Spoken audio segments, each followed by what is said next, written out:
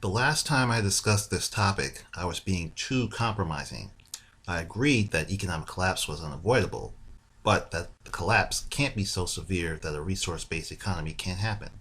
Now I'm changing my policy in this area. The change in policy is that I'm going to assume that economic collapse won't happen. Instead, I will assert that a relatively smooth transition to a resource-based economy will happen. Why the change in view? Well, because of certain events which I might go into in another video, I've developed a newfound sense of optimism. Therefore, I feel compelled to be optimistic about the transition to an RBE. Then, of course, a lot of people will say being optimistic is unrealistic. I say that's not entirely true, because if an RBE is to be promoted effectively, optimism needs to be part of that.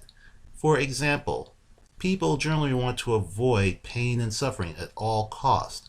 If you tell people they have to go through pain and suffering to get to an RBE, there's a good chance most people will reject the idea of an RBE on that basis alone. This might be one reason why Stefan Molyneux hates it so much. But if we work to avoid economic collapse, then it can be truthfully said that no pain and suffering will be involved in the transition to an RBE. This is a major reason why I support basic income. Basic income can serve as part of the transitional phase to an RBE. It has to be transitional because basic income is no more sustainable than the rest of the monetary system. It's just that basic income can potentially prevent economic collapse. And once basic income is in place, the monetary system can be phased out. I'm fully aware that collapse could still happen despite my optimism. But if I'm going to continue to support an RBE, I need to remain optimistic. You can't change the world if you don't do anything. And optimism keeps me motivated to change the world.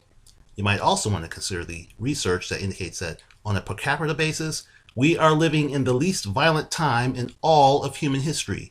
Do you know what that means? It means that things can only get better. Whoa, whoa, whoa, whoa, whoa, whoa, whoa, whoa. Peace, the science out.